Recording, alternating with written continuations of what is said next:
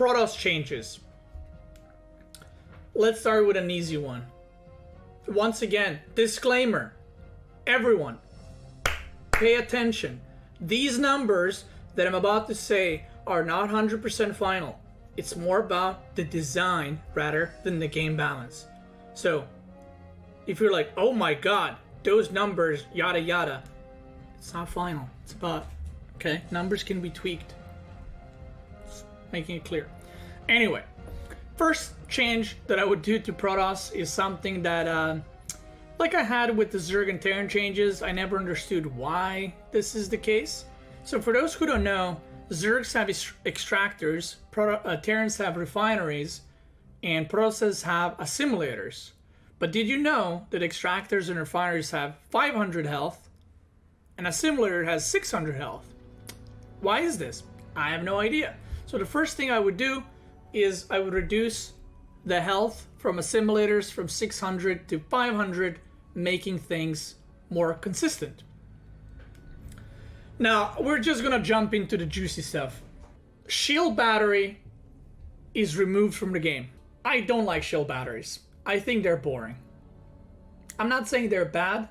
I think they're good. I think they're boring on their own. I think having to build another defensive building as a Protoss, I don't like it. I don't like how skillless it feels, how not interactive it feels, and I would just remove it from the game. And we're bringing an old unit to the game. One of the most hated units, in fact. The unit I would bring back to the game, with some changes, is Mothership Core. Mothership Core would be put back into the game. It would cost 100 like it did before, and it would have 2 new abilities. 200 energy would be a maximum on Mothership Core, and this is why I think adding the Mothership Core would be good for the game. First things first, Mothership Core, unlike Shield Battery, do you know what it does? A very important thing that we're lacking in StarCraft II right now. It gives you an option. Mothership Core costed 100 gas and 100 minerals. So what does this mean? Well, you could get Mothership Core straight away the moment you finish your Cyber Core, but then you delay your probes, you delay your tech by 100 gas, but you would be safer in the early game. Or you could skip the Mothership Core, get more probes, more economy, and faster tech. So what is that? That is an option that players have. Right now, shield batteries are not an option. They're just used to defend, and they're boring. The reason why I would add Mothership Core into the game is because I think it's more entertaining. I think it's more fun to use. Has anyone ever said, man, I love using shield batteries when I get all in? No one said that. Nobody cares. So, Mothership Core also had a weak attack that didn't really kill anything, right? I mean, you wouldn't use it in your main army to kill stuff, but it would deal a little bit of damage. So, I personally like that. And I personally like that it was this squishy flying chandelier, because another thing that we've lost, which many people probably don't realize, but do you guys remember the difference between, and I know someone might say like, oh, that's easy. No, anyone can do that. The skill difference between a top Protoss in knowing where to put pylons for the pylon overcharge was a very important thing. If you didn't have your pylons properly set up, you would be very vulnerable to harassments, to drops, and everything else. And that's also another thing, another option, another thing that differentiates one Protoss from the others. It was removed from the game completely by adding shield batteries, which no one cares about. The abilities on the Mothership Core, let's talk about those. Photon Overcharge is now back into the game. So when you overcharge your pylon, it will be attacking like the old one, but it would last from 14 to 20 seconds with a 25% DPS nerf. I do think that one thing that made Mothership Core hated is its damage output in the short amount of time. And if you overcharge 4 pylons defensively, you can obliterate armies. This would make it so that you have longer defense for your units to retreat, but it would come with a DPS nerf. And I think that this is one thing that both Protoss, Terran, and Zerg players can be like, okay, I don't mind that. At least that's how I try to see it from all three races' point of view. It would cost 50 energy. Second ability. Now this is a good one. Battery overcharge. Battery overcharge would add energy to the pylon for 30 seconds that works in the same way as a shield battery. So it would be exactly the same thing. It would cost 50 energy, but guess what you get with this? You get an option. Do I want pylon overcharge or do I want the battery overcharge? Am I working with high-tech units and I want to save the immortal? I'll do battery overcharge. Am I dealing with a bunch of lings and I'm low on units? I'll use the pylon overcharge. This gives you an option in which way you want to defend it depending on what units you have. And I think this is a way better way to have shield battery introduced into the game, where it's skill based, even though it would work the same way as a shield battery now, but it's more skill based because you have an option. Do I want more damage or do I want shields? The third ability, before that, another thing and another reason why Mothership Core was so hated is because of pylon rushes. For those people that are complaining, I can probably see someone be like, oh my god, but they're gonna rush me. Shut up, let me finish. The reason why people hated Mothership Core is because you could do pylon rushes like under the ramp and overcharge and kill depots. Well, in the Cutie Patootie patch for Protoss, you can only use pylon overcharge and shield overcharge, or battery overcharge, whatever it's called, to pylon that is either next to Nexus or next to a gateway, a finish gateway. So what this would do is you could technically pylon overcharge rush, but it would also need you to finish a gateway completely in order for the overcharge to work. And this would prevent all those dumbass rushes, but this is the best part. If you're proxying Void Rays or you're proxying Immortals, this wouldn't mean that you just can't use shield batteries. You can, because those pushes arrive a bit later and you will still have time to build a gateway and prepare for that. But, and this is the best part, by you building a gateway near the opponent's natural ramp, they will see that you want to do that and they can appropriately prepare for it. It's not just a mothership that arrives and craps you on with a pylon overcharge and kills your depots like before. Now, the third ability of the Mothership Core, it can give the energy to a targeted friendly unit until the energy is depleted on the Mothership Core or until it's cancelled. So what does this mean? Let's call it energy transfer. So if you have a mothership and you have 200 energy, but you need energy for storm or whatever, the mothership can give the energy to the High Templar, or maybe you're getting Baneling busted and you just used up one force field. Instead of using pylon overcharge against Baneling bust, you can slowly give energy to the sentry for another force field, thus giving you yet another option in how you want to defend things. In perhaps you're doing a timing push, and instead of making 4 High Templars, you can make 2 and give them energy from the Mothership Core because you won't need it defensively. So in a way it's like transfuse, except it would be channeled. So let's say you would give the unit 2 energy per second, but it will also drain the 2 energy from Mothership Core and give 2 energy to the unit. That sounds broken, says Rela Death. We'll see the push in the late game with unlimited energy. Well, Mothership Core has 150 energy, so unless 200 is unlimited, then it's 200 energy. That can't even fill up 2 High Templars. So it's not a big ability. It will create for some cool plays. Maybe you can, you haven't scouted quite exactly, you don't know what's going on. So instead of playing, hoping that the Zerg or the Terran are doing this and not this, you can give the energy to your sentry, or you can hallucinate a Phoenix to scout across the map.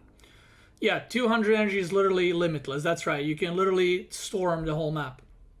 Kappa. So those are my changes to shield battery and Mothership Core.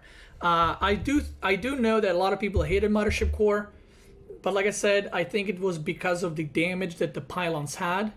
I think it was partially because of Time Warp that Mothership Core, that would not exist.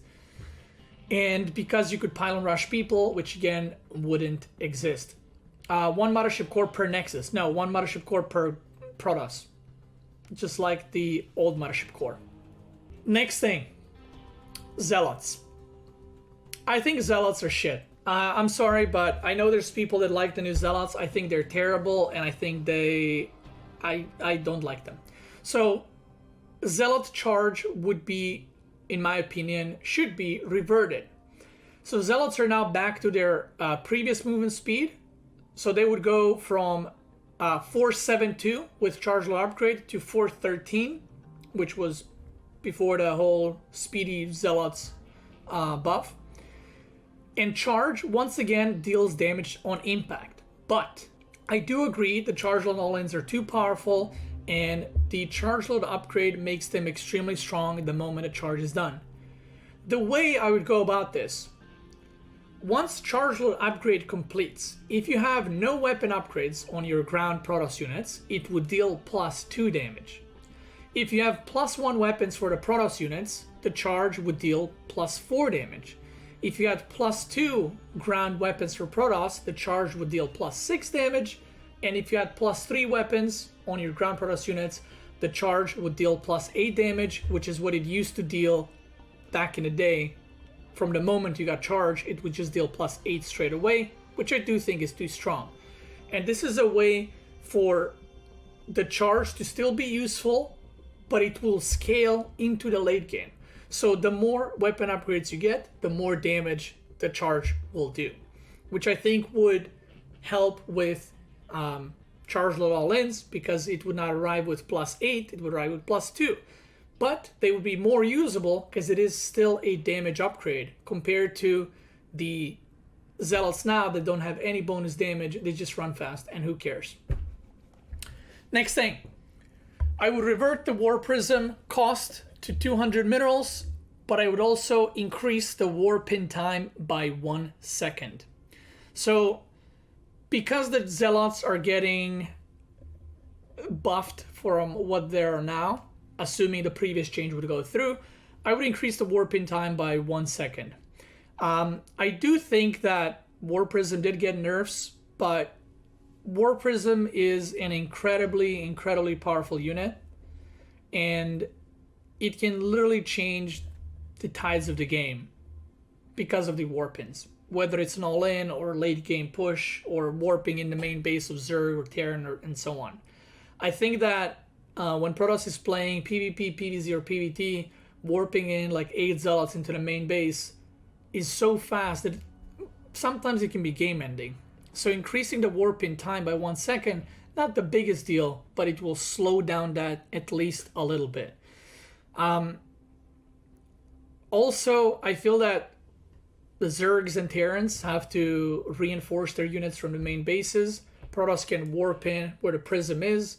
So I think that part of Protoss is a little bit too strong, combined with, giving it the new Mothership Core, nerfing the Zerg, and changing some things about Terran. I think this would be an okay change that wouldn't break the game. People would still all in, but it wouldn't be as powerful for those massive warpins, whether it's in the middle of the battle or in the main base. Now, this Protoss change, I thought a lot about as well, kind of like Swarm Host, the Void Rays. So recently, the Blizzard has introduced a new upgrade that makes Void Rays faster, and they fly around the map, and they're fun to use, but once again, they're not used at the high level. Because the role that they have, the other units can do it just as well or better. Whatever they can do, there's units that can do it better. So, what would I change? There was a time where Void Ray was, I'm not going to say balanced, but a fun unit to use. And do you know what that time was? Wings of Liberty. So what I would do to Void Rays is I would remove the prismatic alignment ability that you use and you charge up your Void Ray and it deals more damage. What I would do is revert it to the Wings of Liberty Void Ray, where, for those who don't know, because that was a long ass time ago, basically the way it worked is the Void Ray had 3 levels, let's call them, of an attack. The first level is the damage that the Void Ray has. The longer you attack, the Void Rays would charge up. And after, let's say, I don't know how many seconds exactly it was, let's say after 8 seconds of attacking, it would go to level 2, and damage would go from, let's say, 8 to 10, and then the level 3, the damage would go from 10 to 12. So basically, the longer the Void Rays are attacking something, they power up to 12 damage, and it's also like, you can see it because the laser beam is bigger, and they were a lot more fun to use, and they had more uses. Now you might be like, well, how's that fun? You just aim move it and that's it. You even removed prismatic alignment. Well, the cool ways you could have used Void Rays before is next. So for example, there were a lot of all-ins in Wings of Liberty with Void Rays. And what you could do is you could charge up your Void Rays on rocks, on little rocks in the game, and then attack the opponent. Another thing you could do when the rocks started getting moved from the natural bases so the Protoss couldn't do that, you could build a gas on the 3rd base of the opponent and charge up on the assimilator and then attack the opponent. What people also did is they would charge up and then slowly get a Zealot and kind of run and then attack the Zealot really quick to maintain the charge, to maintain the damage going, and then attack. So there were a lot of these cool interactions. I remember people would hallucinate a unit and charge up on hallucinated units and then attack. You could also, very often people would make a Phoenix, so they would make, let's say, 3 Void Rays and then a Phoenix. The reason why they would do that is because Void Rays dealt bonus damage to armored units, so they would charge up on a Phoenix that's a light unit and then attack. You could make a Pylon, you could make a Gateway, charge up on those and then attack. Now the cool thing about this is you don't need to only use it offensively, you can also use it defensively. If you see that the Zerg player or Terran player are attacking you, you can charge up on your Nexus by attacking your own Nexus and then having fully charged Void Rays to defend. Now, is this going to make Void Rays usable at a pro level? I don't know. Is this going to make Void Rays broken for all-ins? Probably not, but I don't know. But will this make Void Rays more fun to use? It would for me, at least. And I'm pretty sure it would for a lot of you guys. Now, in order to accompany that, you can make it so that if the Void Ray is at level 2 damage, you can reduce its movement speed by 10. And if it gets to the level 3, it reduces its movement speed by 20%, something like that. Just to kind of balance it out. But I think that would take... obviously, it would cap at level 3. It doesn't have like unlimited power where it can go up to 100 damage. But I think it adds something to the Void Ray that's been gone for a very long time and that it was just fun to use. And it was ultimately nerfed because of, back in the day, Queens were much worse, so Void Rays were much, much stronger. Cyclones didn't exist, Widowmines didn't exist, so Terrans and Zergs fighting the charged up Void Rays was incredibly difficult. You could have games where 2 Void Rays come in charge and you lose the game because you have unstimmable Marines because you don't have stim yet, and you would have Queens that sucked. So I think this is something that can maybe make the game a little bit more entertaining. So the Protoss changes are the least out of the all 3 races. I think the Terran one and the Zerg one have many more changes than the ones I did for Protoss. These are all for Protoss. And the reason for that is when I try to make these changes, I try to think about what does each race suffer from? What are the weaknesses of each race? What is something that's just annoying for each race? And I try to work off of that. And I do feel that, like I said, Terran lacking static defense that's not planetary kind of sucks. The orbital command and the command center costing as much kind of sucks. So I try to work on that. Terra not having late game damage, I worked on that with the Raven. Also trying to somehow help Terran and Zerg deal with splash damage with the new Infestor ability I would add, or the medevac sealing 2 units at the same time. Those are all the things that, for me, either don't make sense the way they are, or I think would help that race not necessarily be exactly like the other races, but match them as far as that goes. Another thing is the other Raven changes that I made, because I do think it's a bad unit. Some, I don't know if I would call them quality of life, but just changes that make more sense, like depots taking same amount of time to build as overlords and pylons. For Zerg, it was mainly the not being able to use your Ultralisks, weak versus AoE damage, the Viper yoinks, the Overlord positioning, I think is something that a lot of people dislike. And then for Protoss, I thought about a lot, what would I change? And the only thing that I could think of for Protoss players was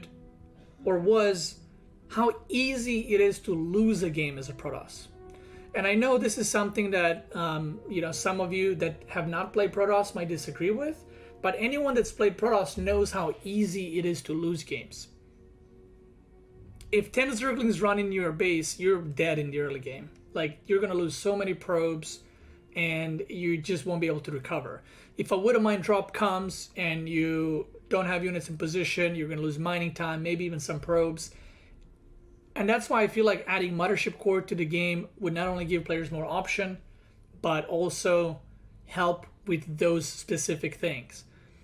I would give back power to the Zealots, but not as much as they had before. And then changing the Void Rays to perhaps make them more fun. Now, I didn't have as many changes to the Protoss because I felt like Protoss units were fun to use. I always say this in my stream. I think that Zerg and Terran are very much forced to play one way. Whether you're Terran and you got to do a certain opening, or Zerg where you just have to defend and, well, I got to go Hydra in all 3 matchups with Lurkers because that's, I don't want to go Brutal Lords and I don't want to go Ultras. That's something that I tried to change with Ultras. But when I looked at Protoss, I felt, and I always say this in my stream, I love playing Protoss, and I love playing Protoss because I have the most fun with it. I feel that there's so many unit compositions and play styles you can do that I didn't necessarily feel like there's a lot of game design changes I would personally do to a Protoss. Because, for example, something that's been brought up recently is disruptors. Are they too powerful? I don't know. They might be. But what I do know is they're fun to use and they're fun to watch. They're fun to split against, but they might be too powerful once they hit. But again, that's a balance change and balance specifically, and not a design change. Because I think a design change for Disruptor would make the unit boring and not as interactive between both players, and not as entertaining for viewers, which is something that I'm very keen on. I do think StarCraft II should be balanced, but if you played StarCraft for the past 10 years, you will know that StarCraft II was never balanced. There wasn't any point in the history of StarCraft where pro players were like, this is great, the game's balanced. Everyone was always complaining about something, and I do think that you cannot achieve balance. It doesn't exist. There's 3 races that are extremely different from one another, and whenever I suggested these massive changes, whether it's like this or the brawl that I suggested in one of my videos, people have always said, the first thing they say is, well, that would make the game imbalanced. The game is already very imbalanced, guys. For the past 2.5 years, at a pro level, not in a potato level, Zergs have won majority of the tournaments. So I say, since the game is already imbalanced, and let's say favors one race, Why can't we make changes to make the game more fun and keep it favored to one race or the other? At least other people that come to StarCraft or start playing again will have more fun and will have more people playing it. Because at the end of the day, I've said this many times on my stream, I've said this on some of my videos, no one has ever come to StarCraft and their friends told them, hey dude, they just buffed 5 health on Vikings. And the guy was like, dude, I'm installing StarCraft. 5 health on Vikings, I'm going for it. I'm gonna go make Vikings. It's gonna be so much fun. No one said that ever. But whenever I, check out the patches at the end of BlizzCon, people are always most excited for design changes in the units, for changes that make the game feel different, make the game feel fresh. And I think that's what we need more in StarCraft, because I think that Blizzard is trying to achieve a perfect balance and work towards it to the point where StarCraft doesn't need balancing and changing, and I think that is terrible for the game. I think that is actually terrible for the game, because the options that players have are thinning out and the fun is being removed. That is the whole point. But that's it. If you enjoyed the Protoss changes and my little rant at the end, let me know. If you hated it, don't let me know. My feelings can't handle it. I'm a snowflake. If you're watching this on YouTube, thank you so much for watching. I do appreciate it. Let me know what you think down below.